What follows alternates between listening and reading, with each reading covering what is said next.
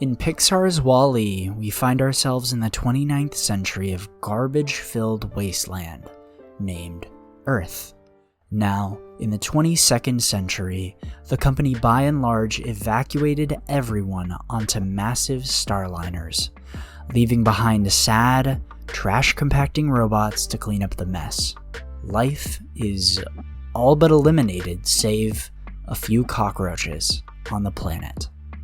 Now, if we flash forward to the 29th century, Earth is still filled with trash, and we see WALL-E, a sad robot, left there alone. The only one against an entire planet of trash.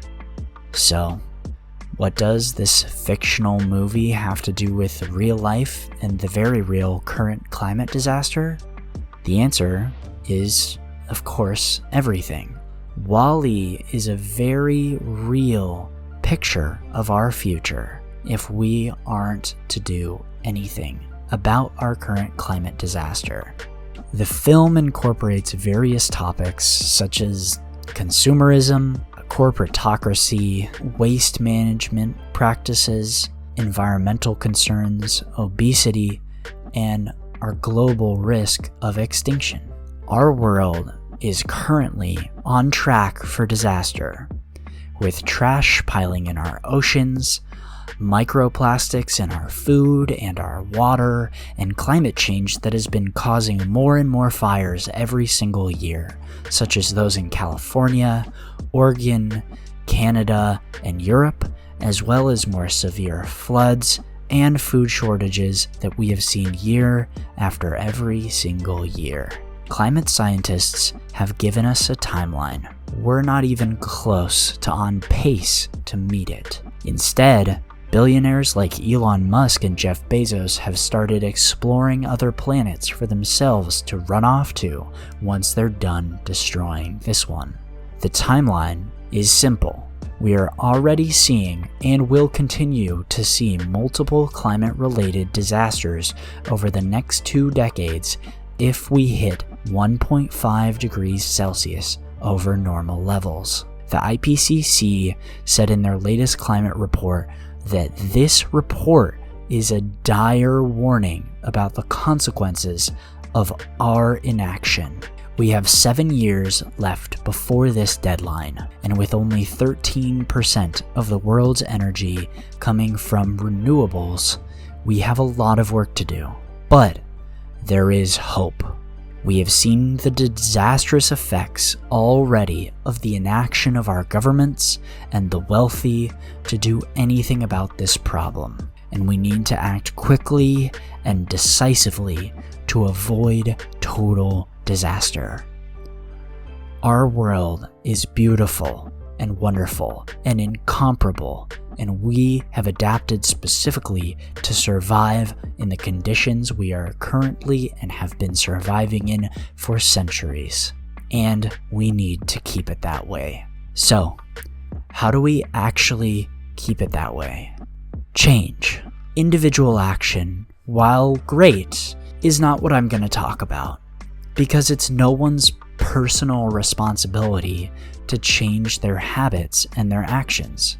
While you can do everything you can, such as going vegan or walking to work, or trying your best to not use plastic, at the end of the day, living a sustainable lifestyle isn't going to move the needle.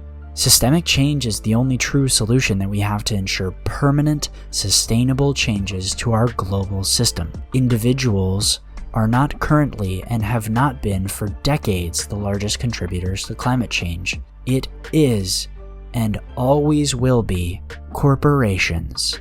What will really make a difference is by forcing corporations to then supply the average person with the ability to live a sustainable lifestyle. We need to force these on corporations because of our short-sightedness in our consumerist economy. Coca-Cola bottles will use plastic instead of glass because it's cheaper, and even though it's not recyclable, they have no financial or other incentives to use anything that is more sustainable, leading to them being the largest contributor to waste on the planet.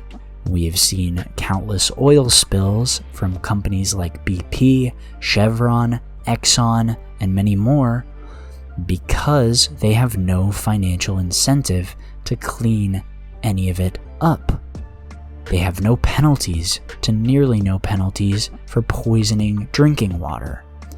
We need to ensure that companies actually act in the best interest of the consumer and not in the best interest of themselves and for their own profit margins. We need to petition our governments, from our parliament members to Congress members, our senators, to our local and our state governments, especially to implement changes that force companies to create a sustainable future, because they will not do it until it is too late. This involves dismantling our car-dependent infrastructure to implement much more energy-efficient mass transit and remodeling the way we all live. Not only that, but we need to switch to renewable energy and eliminating our dependence on fossil fuels.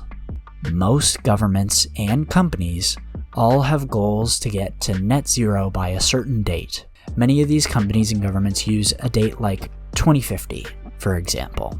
It's a super common one, but this date, 2050, is far too late, too slow, and most companies will never ever be held accountable to meeting those goals, and most governments have not implemented any policies to actionably affect their goals themselves. While we've seen some guidelines from many governments come out, we've seen nothing substantial in terms of actual policies that have been implemented by many of the largest governments in the world. For example, the United States of America and Germany use a ton of coal in their energy sectors consistently.